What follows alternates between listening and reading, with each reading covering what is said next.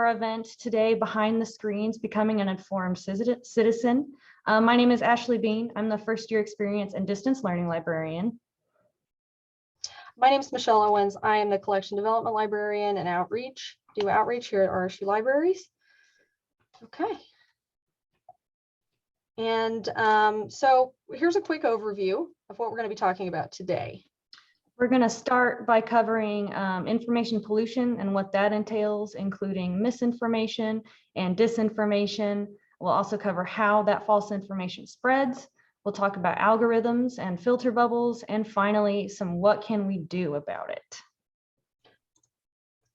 So we're going to show you a very short video, and it's going to kind of further explain the subjects of today's workshop. Okay, so I'm going to turn the volume up a little bit and make this go full screen, and then let me know if you can't hear it.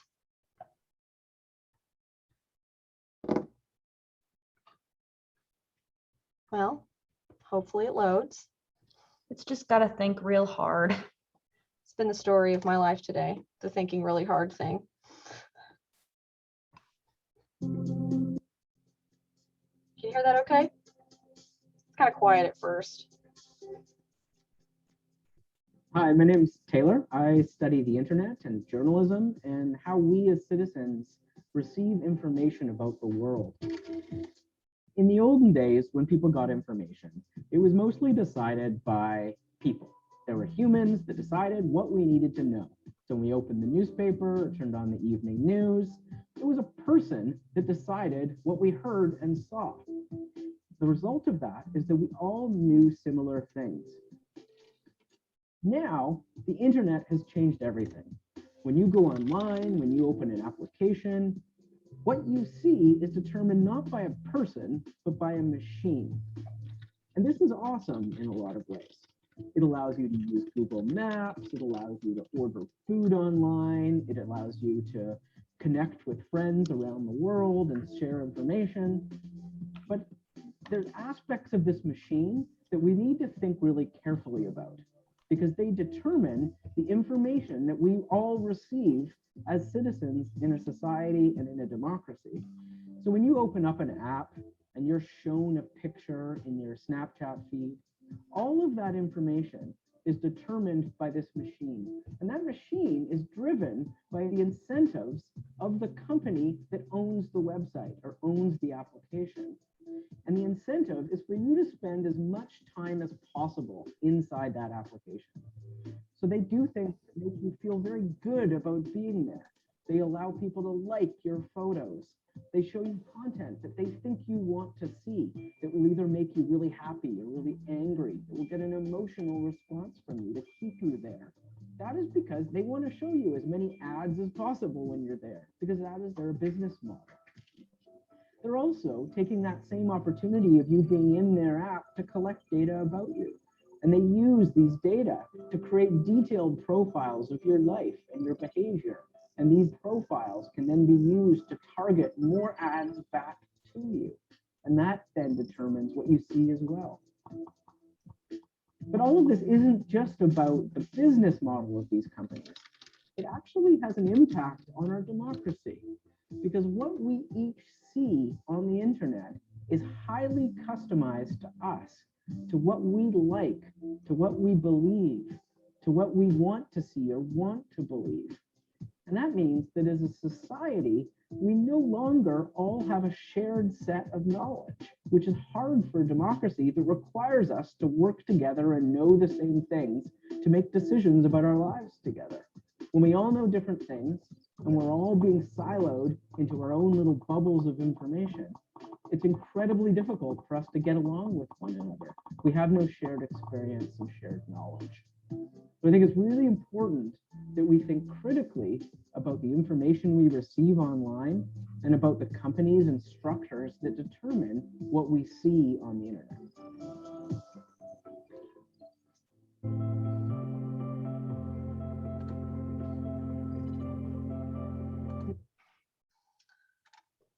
Okay, so as we've just seen, the internet is an incredible resource, but because of the power of customizing algorithms and advertisements, profile building, and clickbait publishing, users have to develop skills to identify the difference between what is real information and what is fake and possibly purposefully misleading.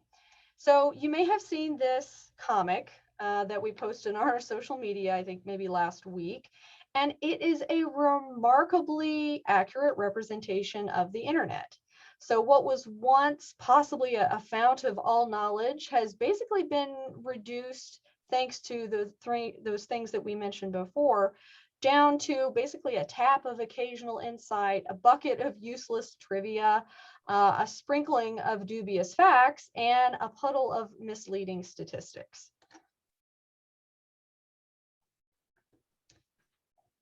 Before we jump into how to fight that type of information pollution, let's start by testing your existing ability to identify images as real or fake.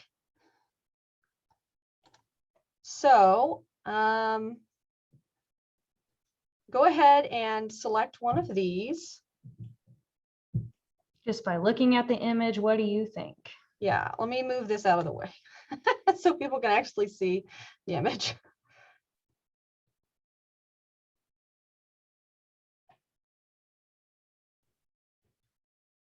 Okay.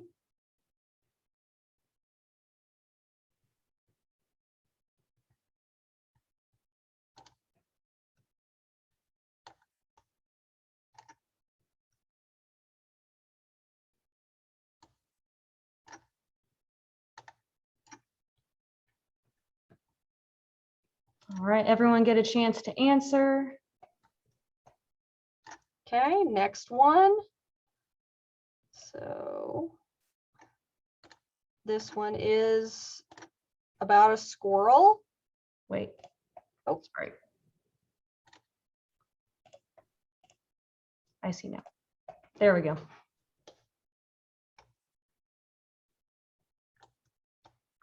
And we'll go over the answer to these in just a minute.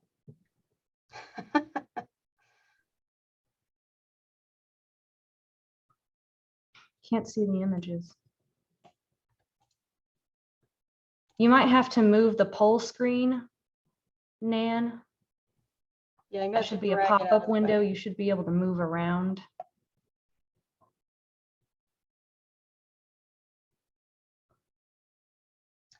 Okay, looks like a lot of people have gotten to answer that one. Oh, we've still got a few more. Okay, give it another second.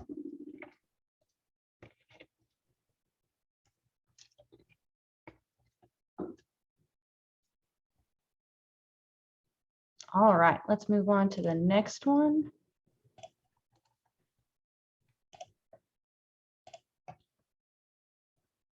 Now, is this one real or fake?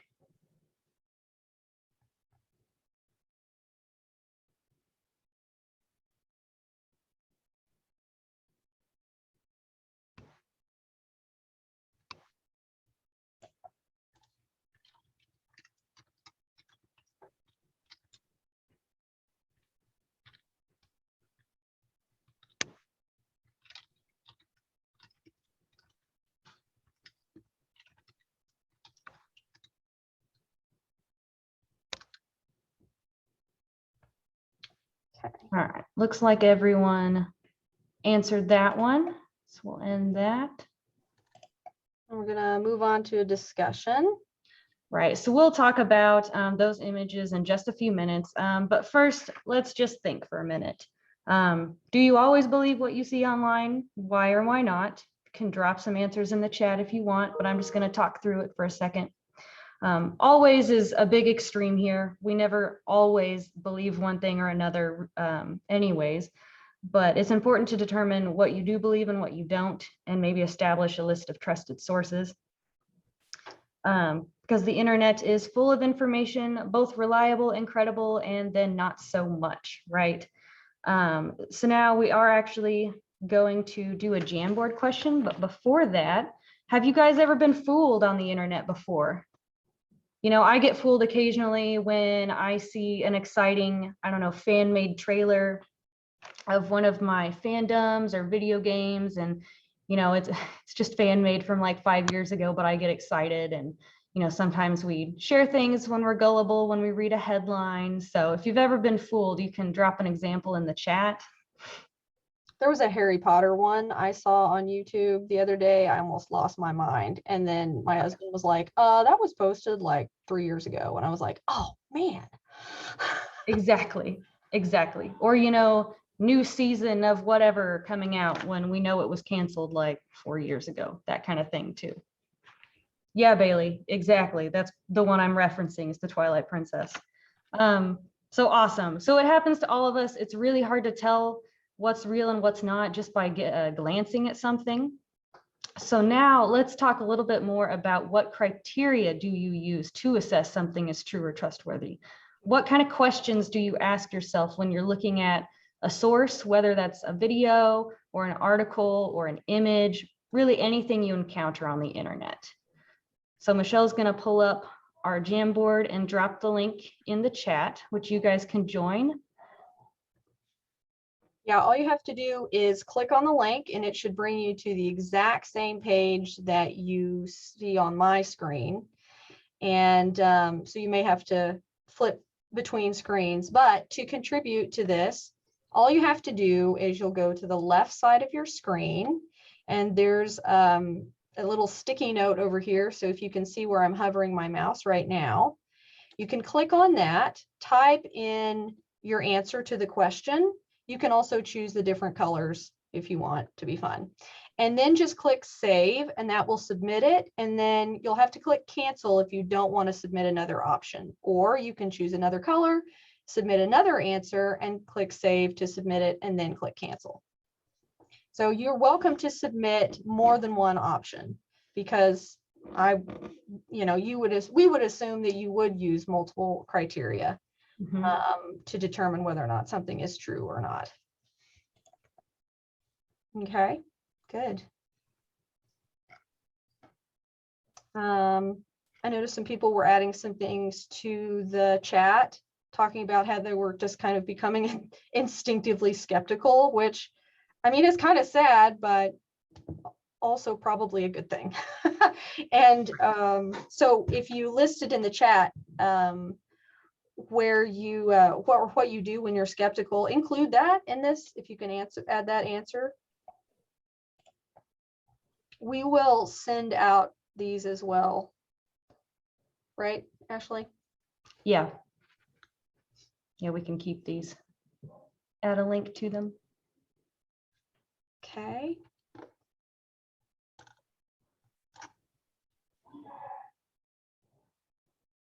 These are some good answers. Google to verify credibility. Awesome.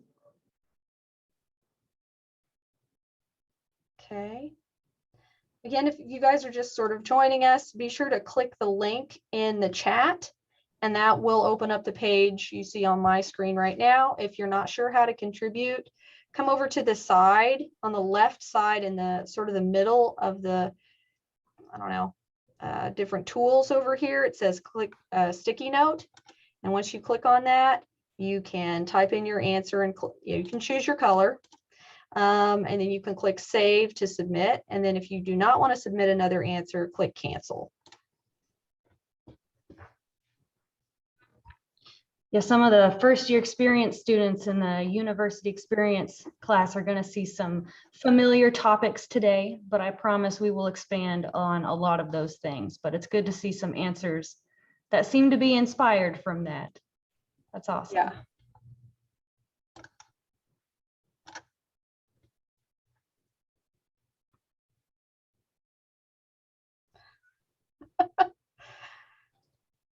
Is that how you determine criteria? Is taking the red pill? All right. I'll give it another minute. If anybody else would like to contribute, again, something that they use to determine if the online source and information they find is true or trustworthy. Okay.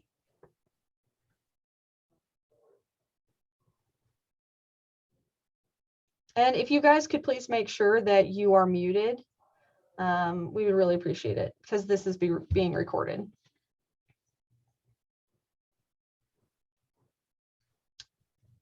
Excellent. Got some really good answers here. Okay. All right. Are we ready to go on? Let's move on. Okay, so we're going to go back to the slide, and now we're going to give you the answers. So Yes, so this one was indeed fake. The island itself is real, yes, but it has been edited. I think it was a castle in Germany. They kind of stuck on top there. There are a few ways that you could have found that. Obviously not in our quick little polling feature, but I'll show you a little bit later how we can track down if images are edited or not. So that one was false. How about the next one? The squirrel was true. Heart-touching little story there. yes. And the next one. So this one was false because he was digitally added and everyone was kind of crowding around him. But it's really hard to tell just by glancing at it. Technology and photo editing, video editing, all of that stuff has gone so far in the past few years. So. Do you want me to go to the next one? Yeah. Okay. So a more thorough definition of information pollution, which we see one here, many kinds of false and misleading information circulate online. But a more thorough, again, definition of that would be when the available information on a topic is contaminated with low value, unsolicited, obstructed, and duplicated results or options. And at this point, this type of information is not only showing up in your online searches, but also in your email, definitely on your social media. We're going to talk about that a lot today. And is now even it even appears on your phone as spam text messages. So it's essential that we determine where our information is coming from and whether or not it is real and factual. So there are several types of information pollution, the kind that damages the quality of information available and the kind that is designed to provoke an emotion in order to cause disruption. So misinformation, you see the short definition here. It's an example that would be the low quality article filled with dubious facts that a family member may share on their social media to support a particular opinion they have on a topic. Probably well-intentioned, but not helpful and possibly harmful. Then disinformation is when someone writes and publishes that same low-quality article and purposefully includes those dubious facts with the intention of misleading readers towards having a certain opinion or taking a specific action. So here are some specific examples of misinformation. And I have a little easy brain trick to be able to tell them apart. Misinformation is often a mistake. We're accidentally sharing maybe satire or news parody articles that are not meant to be truthful. They're just meant to get a laugh out of someone. But they're shared thinking that they're true, and then that becomes misinformation. Some other examples of that are the false rumors, like me and my Legend of Zelda movie, right? Pranks, like we see on here, all kinds of different information that can be circulated and could potentially become harmful. But the difference is there's no malicious intent behind this misinformation. So here's an example of how dangerous disinformation can be to the democratic process. This false information was telling people that they could vote through Twitter when they really cannot. And maybe to some people that seems silly, but attempting to stop people from voting the correct way and by purposefully spreading lies subverts the democratic process. And anybody who did try to do this lost out on their opportunity to really vote. And of course, I believe this was posted in the 2016 election when, you know, it was becoming more common to talk about voting from home, and they were encouraging people to vote from a distance and, you know, absentee ballots and things like that. So why do people create false information? There are tons of reasons out there, but here are kind of the two main ones. financial reasons, right? Oftentimes they're trying to get you to buy something or scamming you out of your money even, or, you know, the more clicks, the more time you spend on a page, they often get compensated for that as well. But also for political reasons. People want to mislead each other, encourage them to change their views, see things a certain way, and maybe misleading about it. But other reasons are people are just people, and sometimes they just want to troll for laughs, so they laugh themselves. You know, there's all kinds of reasons out there why people will spread misinformation or false information. So how does false information spread? People who make false posts try to cause an emotional reaction, and then social media highlights that popular content once it does trigger a reaction. When people share false posts, it makes them even more popular, and then it's seen by more people. So it's really a cycle that perpetuates itself. And if you're not careful, you may be one of those people who is sharing that misinformation and causing this really bad cycle to continue to perpetuate itself and grow. As an example of that, here are two very polarizing headlines. These are two well-known examples. Let's first talk about the one on the bottom left. It is an example of disinformation created for the purpose of swaying voters. It includes an article published by a website called Tribune or ahtribune.com, which claimed President Trump's father was a tax evader, member of the KKK, and a pimp.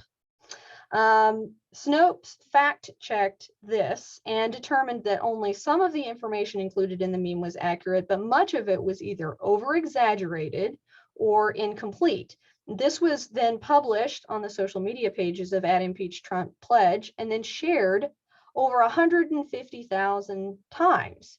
So without looking into it or clarifying or finding out the real situation, people shared this over 150,000 times, at least at the time of this screenshot. It's probably been more since then. Then in the top right, another example of really inflammatory disinformation that was created and targeted to elicit emotion that was shared over 25,000 times on the Conservative Tribune by WJ Facebook page was an article published by westernjournal.com that claimed Democrats had voted to enhance medical care for illegal immigrants instead of supporting veterans who had been waiting for 10 years for the same medical care.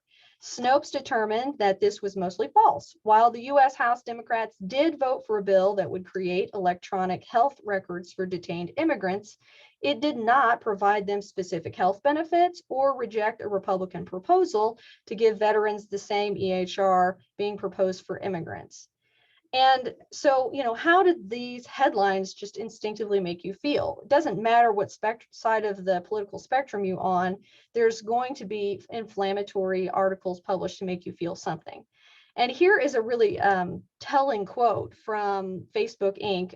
Team members that was published in an article by the Wall Street Journal in May 2020. There was a quote that says, "Our algorithms exploit the human brain's attraction to divisiveness." This was part of a slide that was directed at company senior executives from a 2018 presentation. If left unchecked, they warned, Facebook would feed users more and more divisive content in an effort to gain user attention and increase time on the platform. It was also reported in that same article that 60% of Americans think the country's biggest tech companies are helping further divide the country, while only 11% believe they're uniting it, according to a Gallup Night survey in March 2020. So what can we do? So here's kind of a list, and we'll break it down a little bit more. But the first thing is always to think critically about what we see online. That means reading beyond your own perspective and beliefs to get the other sides. Like we saw on Michelle's last slide, it's polarizing on every side, every topic, no matter where you are. So read all the perspectives for yourself and think critically about them. Assess our emotions and stop to check before sharing information. Like me, maybe reading that Zelda headline and sharing it without even checking the date or how excited it made me feel, right? but also if anything's trying to make you feel angry, anxious, nervous, something like that, that could be a good indicator. Learn the tools to fact check information, which we'll go into on the next slide. Develop the habits to verify sources and claims, and establish a trusted list of information and news sources. And that kind of comes into play once you start practicing these techniques we'll talk about. And a lot of, like I mentioned, the first year experience students have seen these moves before, but I'm just going to briefly touch on them on the next slide. So what we teach is an acronym called SIFT to help us sift through the crap of the internet. Very easy. It's very practical techniques that take you under a minute to do most times. The first step is to stop and assess your emotions, like we already talked about. And also just think about what you already know about that source, whether it's a website or from an author, if it's a video, wherever it may be coming from. Think about what you already know about that and what you don't know. If you don't know that much, you will want to investigate the source, which I can show you really quick. I'm going to share my own screen. If you'll end on yours, Michelle. Yep. Oops, sorry. It's okay. There we go. Okay. Share my screen now. Yes. Okay, get these Zoom controls out of my way. All right, so we're on Google. We're just exploring the web, right? So let's pretend most of you probably know what the Onion is, but I like to use this as an example because it's really easy to see right in front of our faces. So maybe we see one of these articles in our news feeds, and we don't know anything about the Onion. We don't know what it is. It kind of looks suspicious, but let's figure out what exactly is going on here. I don't know anything about the Onion. How do I learn about the Onion? All we do is add Wikipedia. So quite literally, you come up to the URL, delete everything after the domain or that .com, .net, .gov, and add the term Wikipedia to it. All that's going to do is float the Wikipedia entry to the top of your Google results. Of course, we don't want to cite sources or cite Wikipedia as a source, but it's a good place to start to get a general consensus on a topic or an organization, something like that. So when you look at the Onion's Wikipedia page, very clearly tells you in that first sentence that it is an American satirical digital media company. It's satire, so it's just news parody. They're just publishing things for fun, but this can obviously potentially get circulated as misinformation very commonly.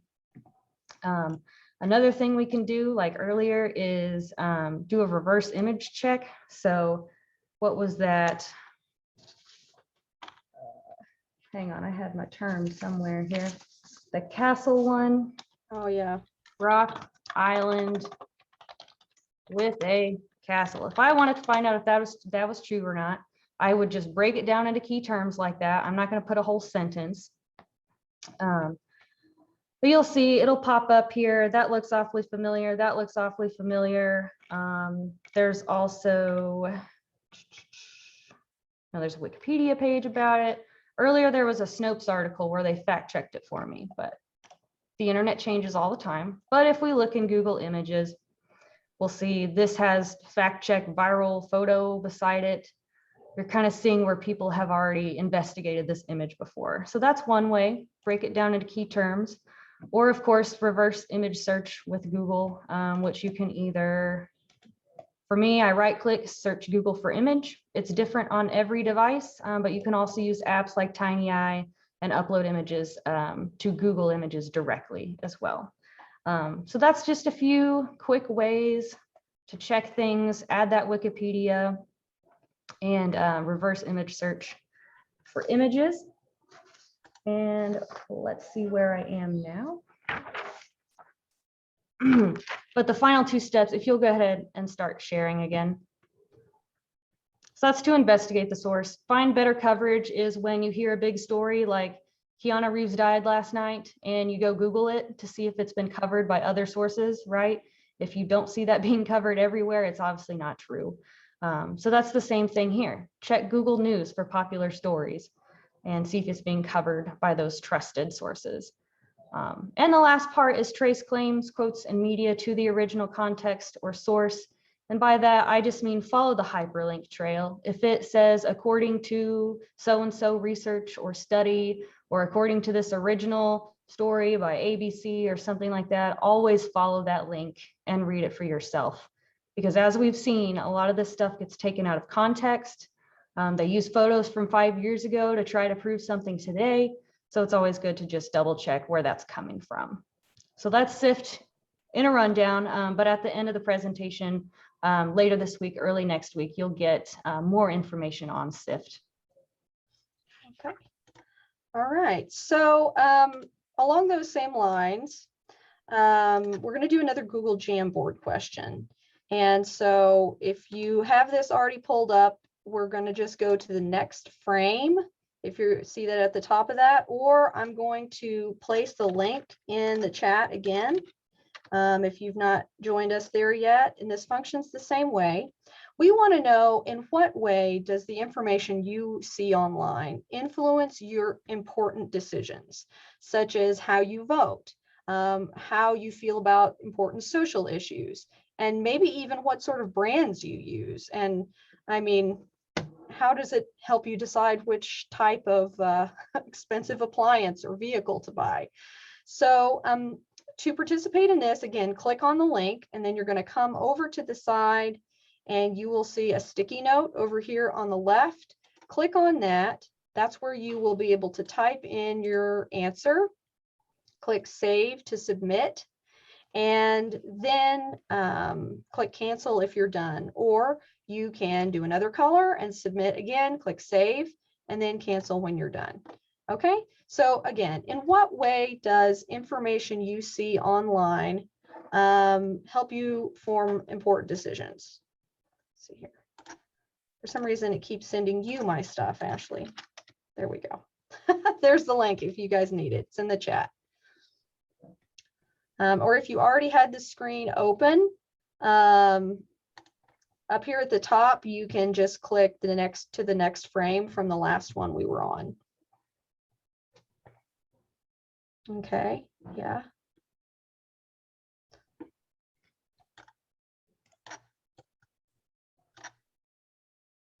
Right, absolutely. These are good answers. What are some other ways that the information you see online, and it could be anything, it could be some sort of report, it could be an article, it could be different types of ads that constantly pop up in your social media. I think a really funny one is when you're having a conversation about something you're interested in buying or a product, and then you get on Instagram and boom, there it is. There's an ad for it. How, what? Yeah, I was just about to say customer reviews. I always look at those, or, you know, movie reviews from critics and users. Excellent. Absolutely. Okay. Looks like a couple other people might be contributing. So feel free to add, yeah, more answers, more than one. That one keeps changing color. Okay. Political candidates and the sites to know where they stand on issues, right?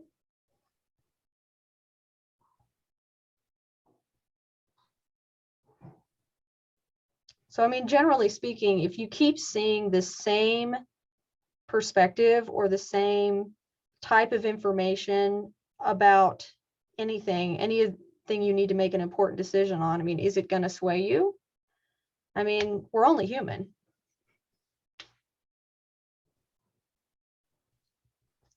Okay, we'll give it another minute. Got a few more answers coming.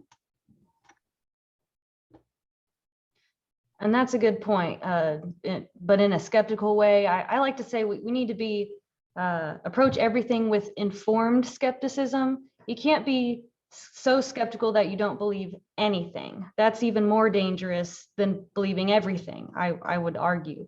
But you do want to definitely be skeptical about everything. You want to be able to critically think about everything you come across and make that decision for yourself. Excellent.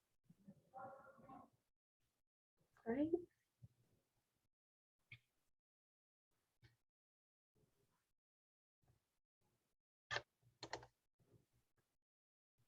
Okay.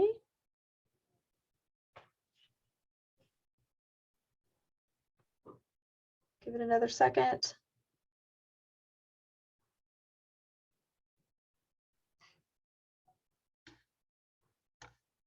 So legal concerns or information on harassment that comes out about a company will influence. That's a really good example. Yes. Really good example. Yeah.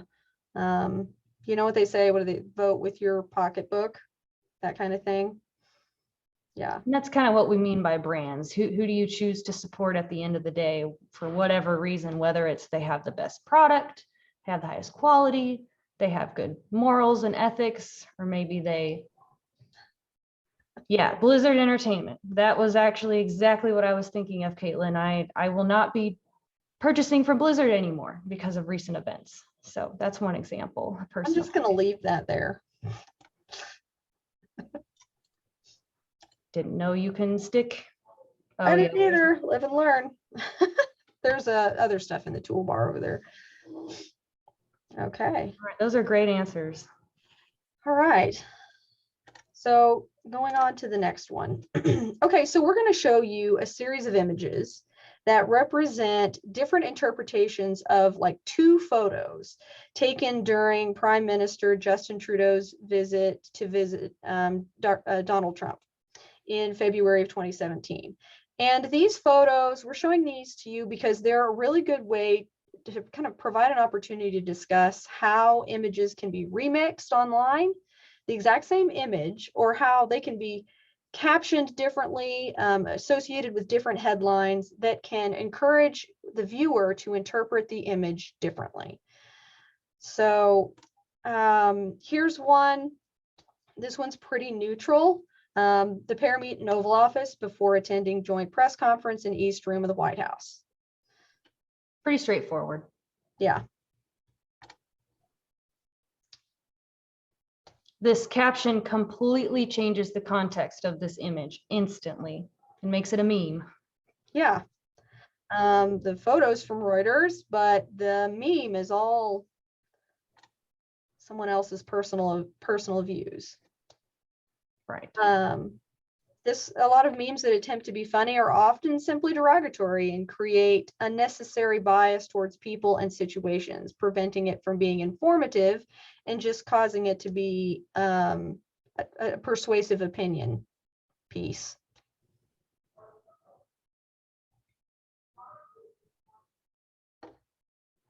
All right, so we've got the next one here. I went to Crowborough, East Sussex, and all I got was this lousy toy giraffe. Haha. That little giraffe does make me giggle. I know, a little bit. Of course, this one is alluding to the imagined bromance between Obama and Trudeau.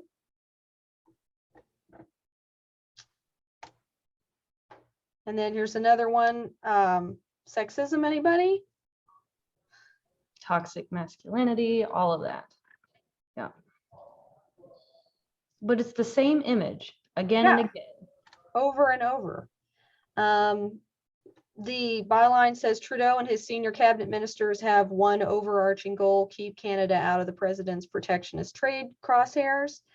This is a very biasing and polarizing byline that is unnecessary, basically, to the reporting of the story, and is not founded on any available facts or comments that I could find by Trudeau or his senior cabinet.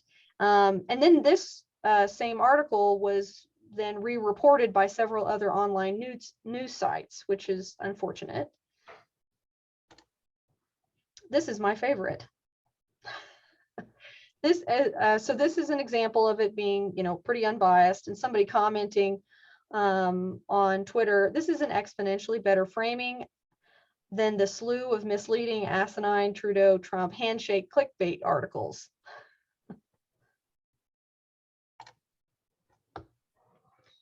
So as you can see, most of our information comes to us through online platforms, and that's including search engines like Google and Yahoo and Bing, and social media sites like Facebook, Instagram, Twitter, and so on and so forth.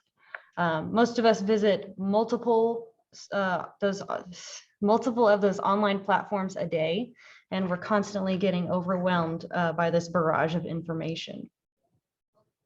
So most of us spend a good time mindlessly scrolling through our feeds, interacting, liking, clicking, commenting on what we choose. And all the while, these online platforms are learning a little bit about us and your habits, and then they filter and customize the content for you.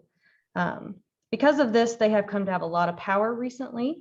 And so how do they do this? So companies use artificial intelligence algorithms. Algorithms are these small programs that tell computers how to perform tasks such as sorting information. They determine what to show you based on a combination of what content is popular and what they know about your views and interests. So each time you interact with an account or post, liking, commenting, sharing it with your friends, opening websites, that information is stored and used to build a profile about you. And this information helps the algorithms decide what it is they're going to post you or show you. So algorithms are built to keep you clicking, scrolling, interacting as long as possible by creating that custom content just for you.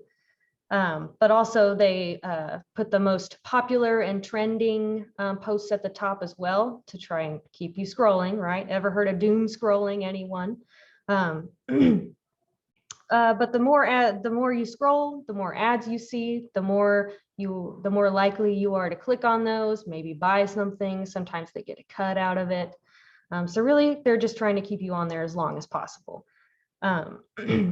And so kind of another example of an algorithm is like casinos. They play a lot of tricks to keep people in there forever and ever with the flashing lights and all that great dopamine hits, you know. They even don't have windows in there, so you can't really keep track of time very well. Little things like that are kind of similar to what algorithms do in a digital matter. And so this type of customization and filtering of content has serious consequences. So one consequence of that is filter bubbles, which is when users are only exposed to information they already like or agree with, resulting in continuous confirmation bias. You're just seeing what you already agree with, which confirms your beliefs more. So then you're never, ever going to see the other side of it. And when you do, it's the extreme opposite and nothing in that middle ground, right?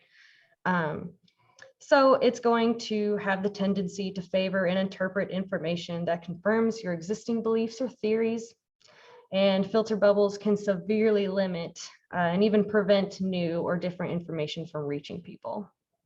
I like to liken these silos to departmental silos, if anybody's familiar with those, and how they can keep you from connecting with other departments and collaborating and things like that. So we're all kind of in our own little box, just like in that image. Yes, exactly.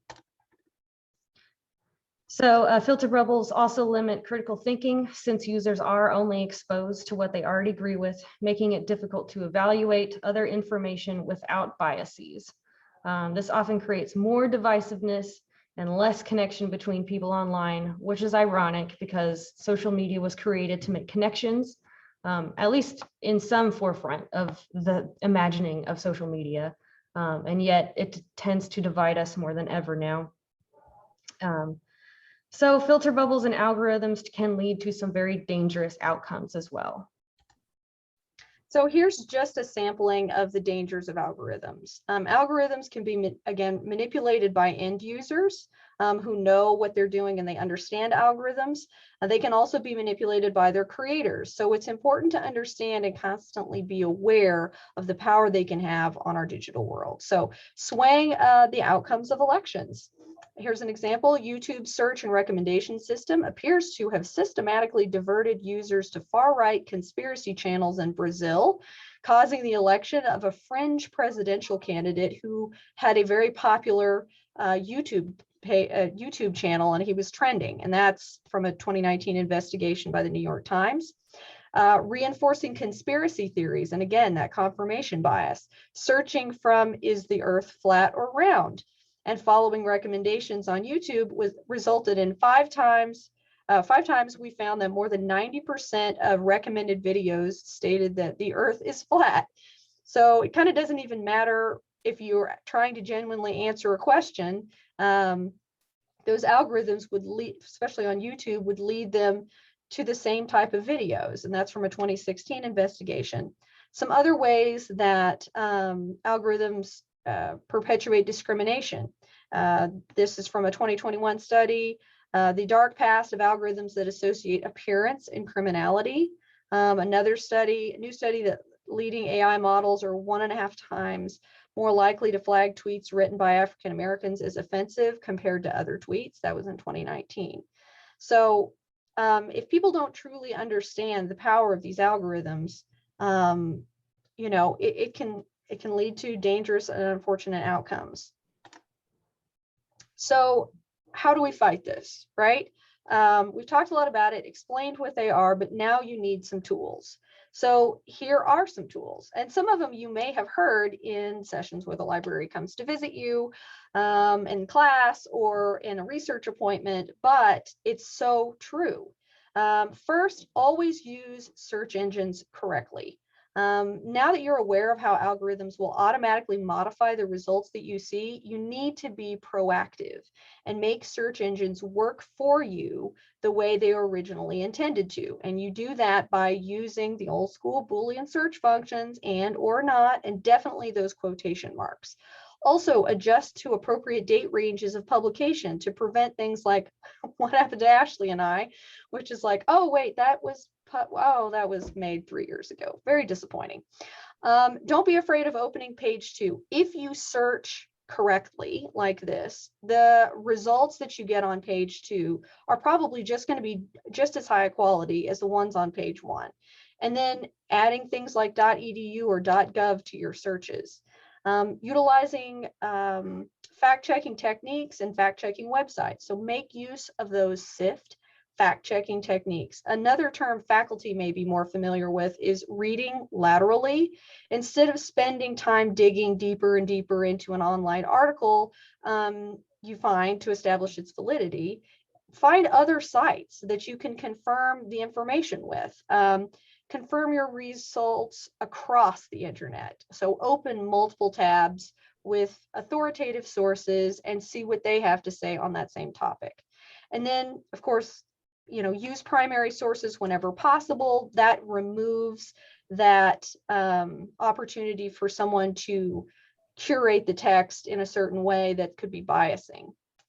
And then just being aware of your own biases is an important step to combating customization algorithms. Seeking to confuse these algorithms by actively searching for balanced representation of all subjects is a great way to do that. So an example, an easy example, would be how confused my personal Amazon account is.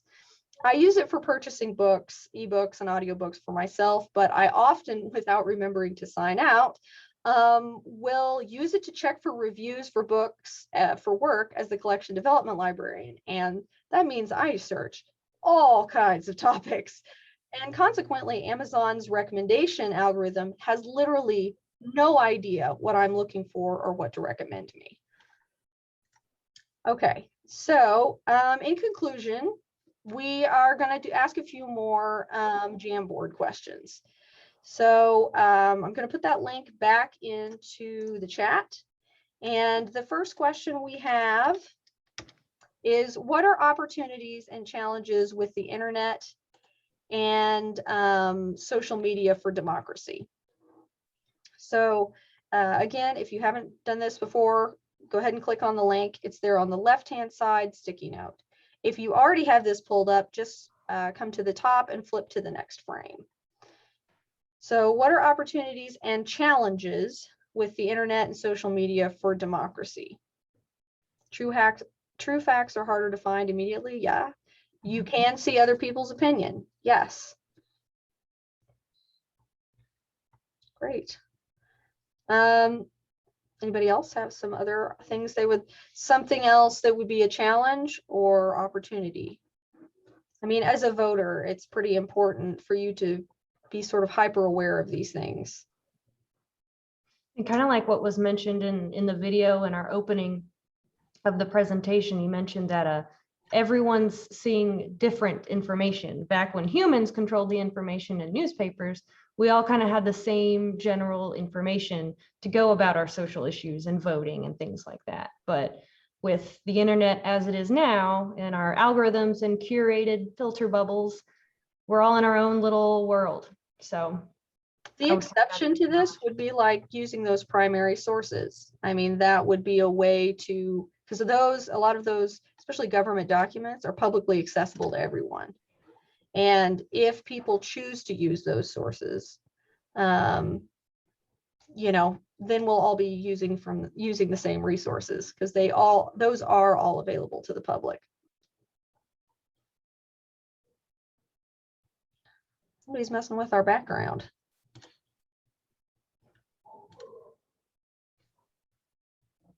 Okay. Yeah, and there is a lot to be said about the fact that people are drawn to conflict. It is a human nature to somehow be fascinated by the lack of truth. People are interested in, just they're drawn to it. And that is, you know, something we have to combat against as well, our own inclinations as well as those of others. So, okay. Yay, an opportunity. Yeah, kind of investigating what we're hearing versus what they actually said, maybe. Yeah. Okay. All right. Are we ready to move on to the next question? Give it like one more minute and we'll move on to our last Jamboard. That's a really good one. Ability to look up politicians' voting records. Absolutely.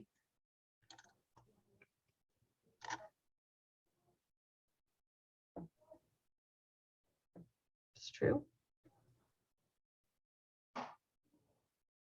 I would say there almost are more opportunities than there are challenges, but only if you're engaged. So You have to investigate. And a lot of times these investigations don't take a really long time. It depends on how far that rabbit hole you're going to go down. But to very quickly investigate things, you know, generally reading that Wikipedia page or finding out the voting records, that was a great suggestion there. They're really quick checks usually. great. Okay, if you are on another page, is that my page? Doing that? Yes. In that case, reload that. If you're already on the existing page, we're just going to scroll to the, if you go to the top, you'll see next frame, or you can click on the link again, that's fine. So the next question is, how can we make sure we are informed citizens and consider different viewpoints? Based on the things that we've talked about today, how the algorithms work and the different fact-checking methods we've talked about, the way we can confuse those algorithms. Yeah, so what are ways that we can remain informed citizens and truly review different viewpoints? Honestly, yeah, do our own research. Absolutely. And when you're looking at both sides, and if you do that consistently, again, you're going to confuse the algorithms because they're not going to know. How do we pigeonhole you? What box do you fit in?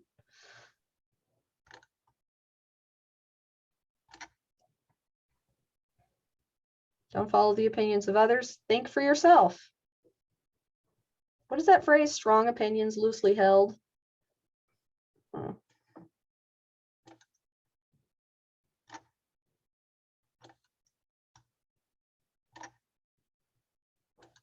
Have genuine conversations with others. If we weren't so divisive and inflammatory, we might hear each other out a little better. It's harder when we're behind screens, right? Yeah.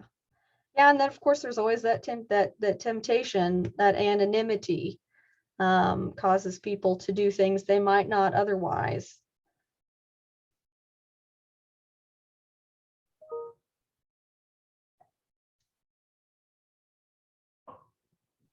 Thanks for sharing, man.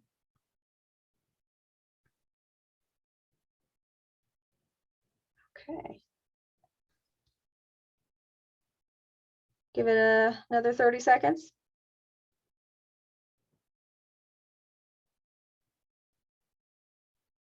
Okay. All right. Ready? Let's move on. All right, so that kind of concludes our slides today and our presentation. We really appreciate all your participation today. We got a lot of really great answers. But just so you guys know, like I said, towards the end of this week or early next week, we're going to send out an email, and that's going to include all kinds of great resources, including a survey about this presentation, which Michelle's going to drop that link in the chat as well. If you'd like to tell us how you enjoyed the event, what we could improve on, future events that you might want to see from us, things like that, please fill that out. Also a link to Grabbing that. Go ahead. a link to tips and tricks for fact-checking techniques, some of that SIF stuff, the Boolean operators, the quotation marks, things like that to help you utilize those. A full tutorial on how to use SIFT, how to sift through the crap of the internet. It's the same little presentation tutorial I use in the first year experience classes for the library module. So if you've already seen that, you guys know how to get to it, but that will be in that email as well for everyone else. Of course, a link to today's presentation recording with closed captions available, and a copy of the slides from today as well. Okay, so if you have any other questions, please enter them in the chat box. This is a good time for Q&A. And then, of course, that link, I did finally get that posted in there for our survey. So we would really appreciate you guys taking that survey. It really helps us and informs us on what sort of information you want to see, what sort of presentations you want to see, and whether or not you got anything useful from this. But yeah, if anybody has any questions, go ahead and add those to the chat box. Anything you'd like to know more about or comment on. I'll give you a couple seconds to do that. And then, of course, another thing that will be included in that email will be our contact information. So if you want to learn more about any of these things, or you want to set an appointment with us, again, our contact information will be there, and you can shoot us an email anytime. Thank you, Kelly. Anybody have any questions? I'm kind of looking through the chat right now real quick to see if anything was posted earlier. Okay.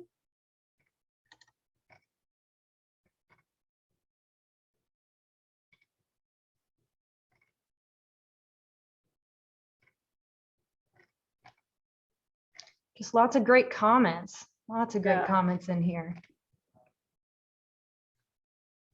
Really good comment from Kelly about confirmation bias is a real problem. We need to take in all the information provided. Absolutely. Yeah, draw from a little bit of everything. Keep yourself open to a variety of perspectives. Absolutely. Check out the citation credibility. Yeah. Yes. Absolutely. And this affects all aspects of our lives now. Unfortunately, it's not just academic, it is personal life, work life, everything. So, all right. Well, if nobody has any questions, we really appreciate you guys participating. And again, feel free to reach out to us if you guys have any other questions. And that is it for us. Thanks, guys.